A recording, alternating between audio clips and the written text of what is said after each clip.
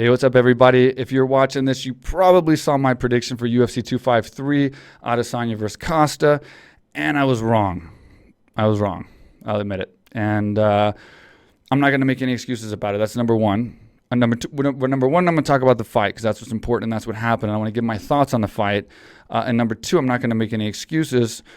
And I'll get into why. I made a gross miscalculation, and I am embarrassed because it should have been something that I, of all people, should have calculated in, considering my experience and considering how many fights I've had at all different levels, from main events to co-main events to pressure fights to non-pressure fights to strikers to wrestlers. I should have calculated in the main reason I was wrong for this prediction, and we'll get into that. But first, I want to talk about the fight. The fight was absolutely phenomenal by Adesanya. Adesanya is, I 100% feel he's one of the best strikers we've ever had in the sport. I hated going against him in the prediction, but I just had a gut feeling Costa was going to be able to pressure him and put him in trouble, and I was wrong.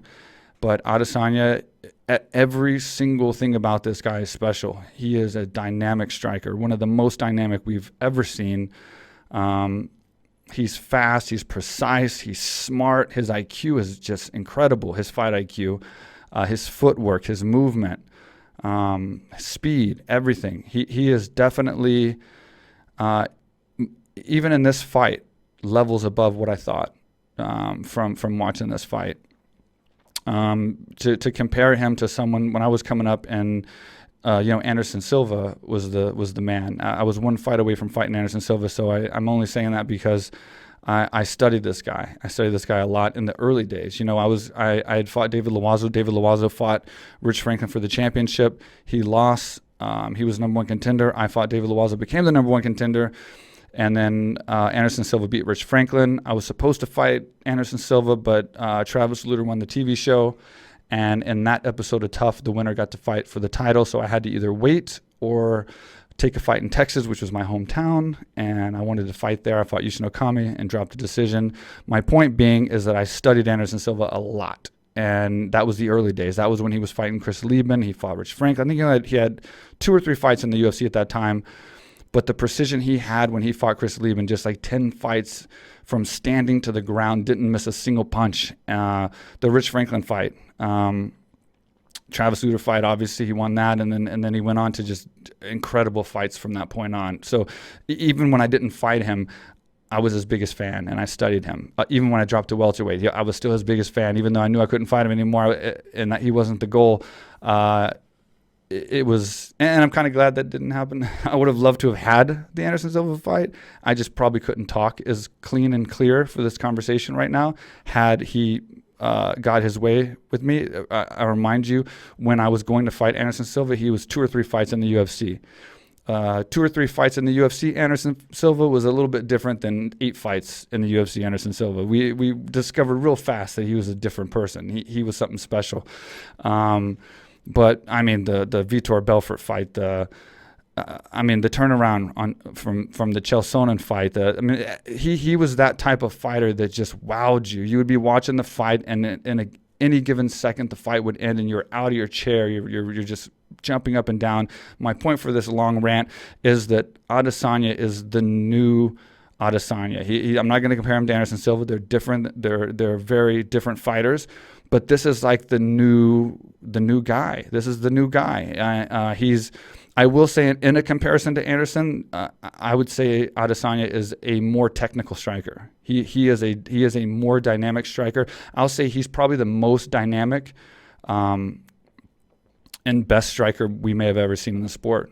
And after this win, I honestly don't know who is going to fight this man and be able to beat him. And I think that leaves John Jones as a fight that I would really like to see from Adesanya. I'm a huge fan now, and I was a huge fan anyway, but because of this fight, not because I picked Costa and because I had the gut feeling, but just because of how he fought this fight, which we'll get into in a second, I'm an even bigger fan. Like, he really proved a lot in this fight.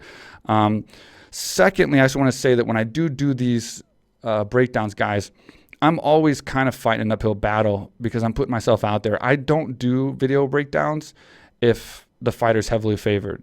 It's just kind of pointless. Like if I had, I go with my gut. My gut's based on variables. And if I had a gut feeling Adesanya was going to win this fight, I wouldn't have done a video about it because everyone's talking about Adesanya. Everybody said Adesanya's going to win. There's nothing to cover, and nobody would care what I have to say. So I essentially wait for an underdog who I feel and have a gut feeling can pull it off, and then I want to share my path to victory for that individual fighter. And I just had a gut feeling Costa was going to be able to put that pressure on Adesanya and overwhelm him because of his size. And that was a gross miscalculation. And I thought that because of his previous fights, because of Romero and because of Hendricks and because of all the fights that he's had before this. And I'm not going to sit here and cop out and say I'm wrong because Costa didn't show up and fight the right way. If he had showed up and fought the right way, he would have won. I'm not going to sit there and make this excuse. It's not accurate. It's a lie. And the reason I was wrong is embarrassing to me because I should have known better with my experience and not miscalculated the reason why this fight didn't go the way it did. The reason this fight did go the way it did. Costa, Dana White himself and many people are saying, this isn't the Costa that fought Romero. This isn't the Costa that came out and bulldozed and drove forward and put that pressure. How could you predict, a fight when he's going to come out there and do the absolute worst thing he could have possibly done, stand in the center of the ring and take strikes from Adesanya? Like, who could have predicted that? But let me tell you something. He wasn't fighting Romero. He was fighting Adesanya. And Adesanya made him stand in the center of that ring and take those strikes. He didn't have a choice. And when this fight started playing out, that's when the genius of Adesanya hit me. When Costa came in on Romero, when he came in on the other guys, he had entry. He had the ability to get in on those guys, and he did. And he saw it. He's smart enough to know when he can rush in on somebody, and he's smart enough to assess his risk. It's a very risky move coming in on Adesanya, which I knew in the breakdown. I did acknowledge that. But that being said, he still could have got in, possibly, if Adesanya wasn't as good as he was. And my gross miscalculation here was that Adesanya prepared for that. And why I didn't think about that, considering, of course, Adesanya prepared for him coming in and being a pressure fighter. And of course, Adesanya can do things to prevent that. And what he did was kind of mental. It was kind of mental and physical. If you look at the fight, when they were fighting, Costa was in the center of that octagon, and he was feinting to come in. And he had to test the waters, right? He had to see what Adesanya's reaction is going to be, because if you don't and you rush Adesanya, the night could be over and you won't know what happened and you just wake up. That's the kind of fighter you're fighting.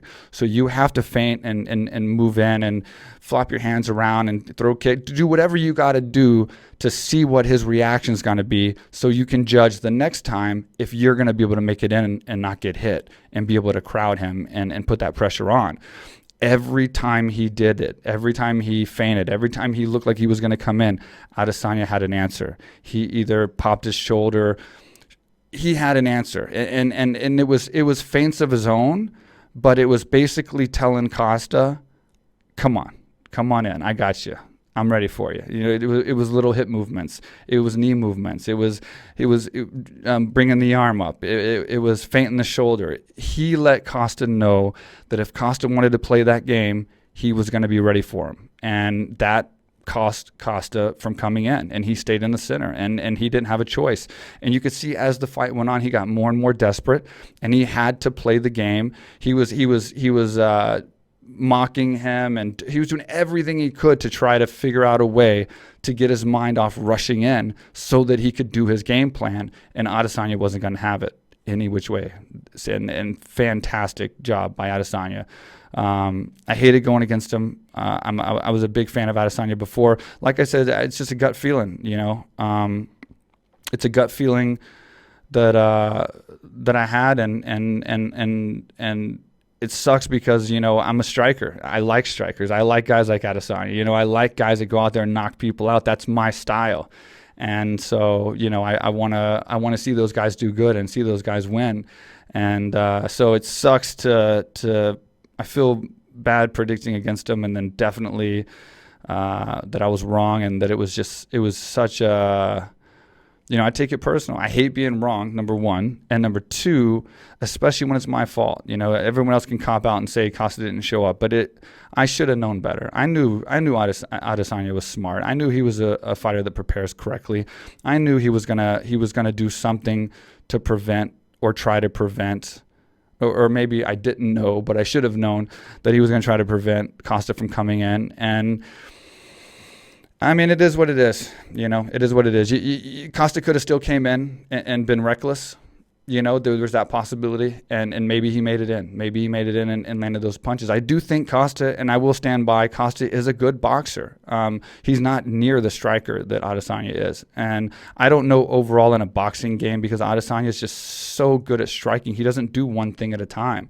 It's hard to know if they were in a boxing match what would happen, but I think Costa has good boxing for sure. And who knows what would have happened had he went in recklessly or whatever. But now seeing the fight and seeing how smart Adesanya played it, on top of how he landed those strikes, the way he landed those strikes to the legs, he was just bashing Costa's legs up and down, left and right, never landing in the same place twice. I mean, those kind of things, it's really next level. We're definitely into the Adesanya era now. It's not the Anderson Silva era, it's the Adesanya era. He's going to be his own fighter.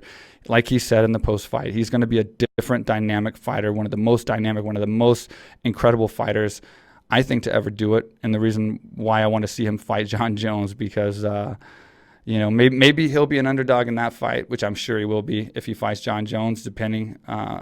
He will be, obviously, an underdog if he fights Jon Jones. But maybe that'll be the fight where I can have a gut feeling for Adesanya and come back, and that would be my big my big prediction victory if he can somehow manage to beat Jon Jones. But that is a fight I would love to see. I don't know anyone else that's going to beat this guy. I really honestly don't. I predicted Costa. It wasn't any disrespect to Adesanya. It was just kind of like I had the gut feeling, and it was kind of like the last hope of the division to beat him. A guy who could be so huge, so strong, good boxing, not just a wrestler or even a wrestler at all, but just someone that could rush in and put that kind of pressure.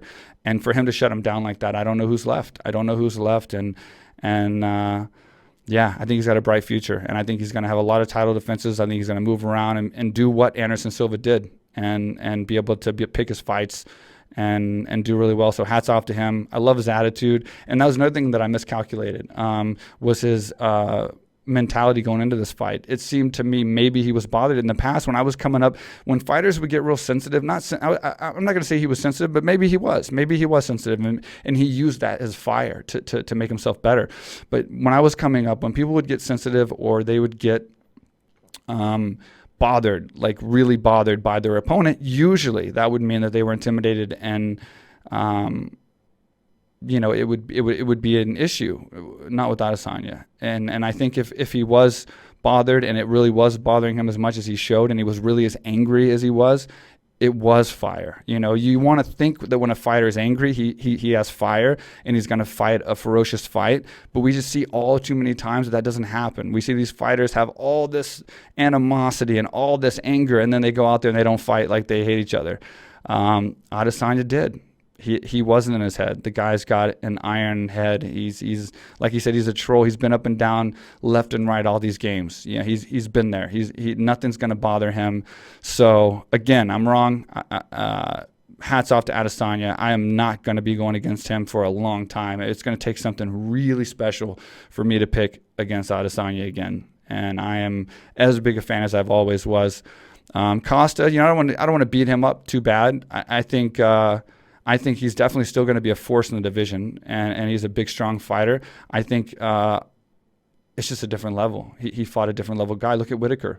Whitaker is an amazing fighter, and look what happened with Adesanya and Whitaker. And, Whitaker is the type of fighter that finds a way to win every time, and he couldn't, and it was devastating.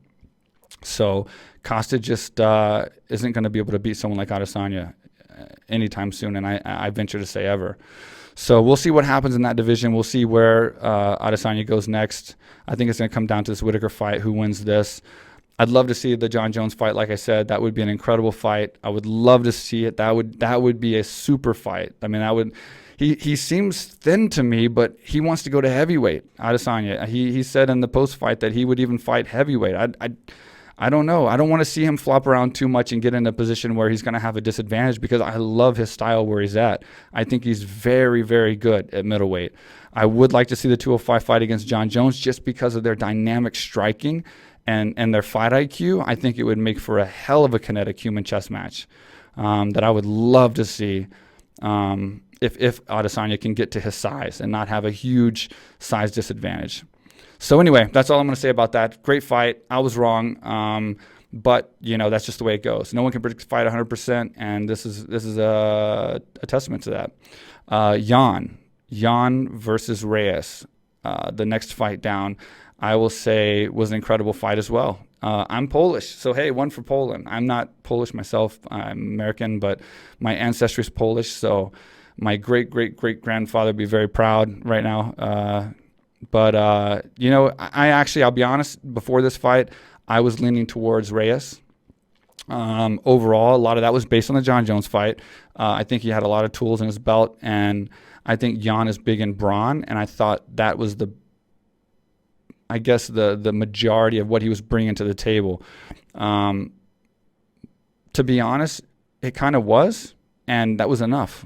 I mean, he's big and strong, and he had great kicks, and he's powerful, and wow. He's a humble guy too. I love seeing a champion like that. I think Reyes is going to be fine. He's going to come back. He's going to do great. He's going to be a great fighter too. I mean, he is a great fighter, but he's going to have great fights too and have a great career. But yeah, Jan definitely made a point to prove himself, and he's the champion, and hats off to him. And that's one for Poland. Brandon Royval. Wow, this kid.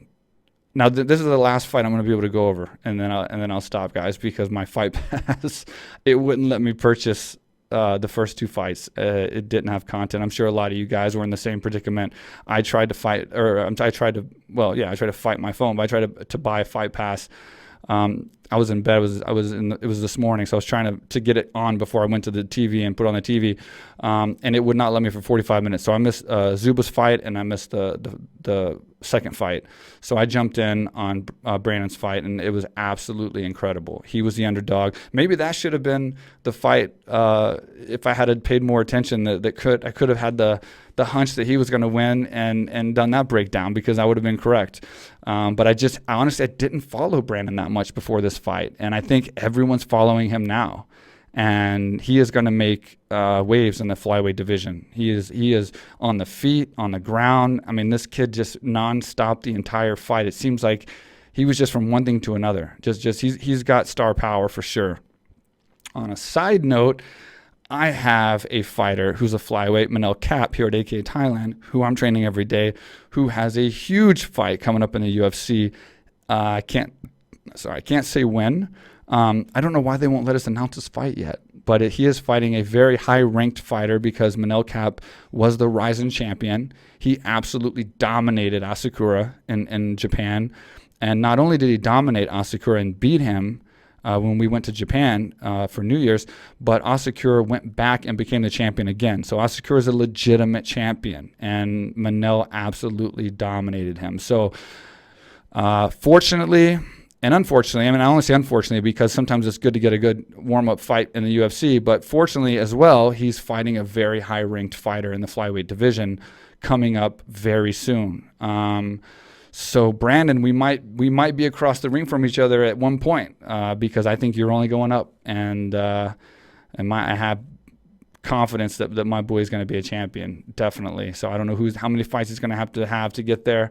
But Manel is going to be a champion. He's going to be on the podcast soon, and we're going to talk to him as soon as we can announce this damn fight. I don't know why we can't announce it yet. He's the rising champion, and he's got a huge fight. This is a big fight for the flyweight division, and he is a dynamic fighter who has it all. I mean, Manel has everything: the striking, the grappling, the flash. I mean, he's star boy. Anyone that knows about him, you know.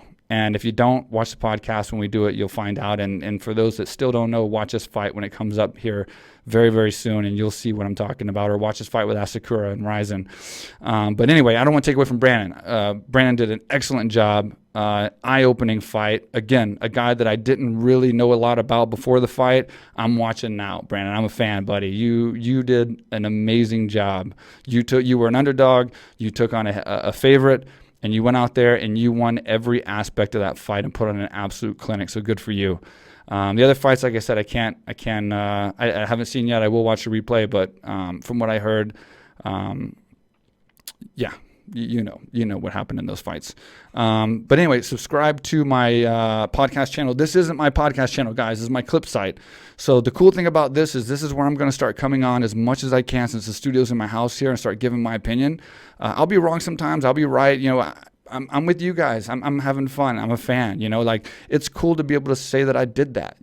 I had 15 fights in the UFC. Now I'm on to business. I'm running one of the largest sports combat gyms in the world right now at AK Thailand here in Phuket. So I'm a businessman, and I'm a gym owner, and I have other businesses. We're doing some really cool, exciting things here in Phuket, and it's cool to be able to look back and say, I had those fights in the UFC. I used to do that, and I love sharing my opinion with you guys, the fans, here in the comments, or reading the comments, I guess, and going back and forth with you guys. I'm a fan myself, and this is fun. So I'm going to be coming in here and doing a lot more clips on the clip site, but follow the podcast site for the podcast, because that is my passion. My passion is conversation. My passion is talking to fighters and interesting people of all types, and having great conversations, and opening up and just really enjoying talking to people. That's my passion. So podcasting is my passion. This is all just fun for me.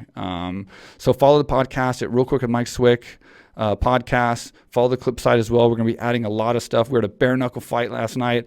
We have a fight night, basically a fight club here in Phuket now. And I was getting all kinds of I don't want to say names, but very high-profile people sending me messages last night, like, what the hell are you doing? Because I was posting stories. You can probably still see them on my Instagram from this crazy bare-knuckle fight night. And we live a crazy life here running this huge gym in Thailand. So we're going to be posting a lot of cool stuff. I'm going to be coming in here, interacting with you guys about fights and news and stuff like that as well when I can, because this is in my house, like I said, and I love interacting with you guys. I love reading the comments. I love talking to you guys. And even when I'm wrong on a breakdown, I like to hear what you have to say and what you guys think. You guys have way more knowledge than me. You guys watch these fights way more times and dissect them way more than I do. So we're sharing knowledge here. And if there's anything I can add with my experience, having 15 UFC fights and being in martial arts for 30 years, I'd love to add it, and we can help each other and hopefully have some great conversations and learn from each other and enjoy this great sport of MMA as it grows and it becomes bigger and bigger and bigger. So anyway, thank you guys for listening to me and hearing me out, and I'll talk to you soon.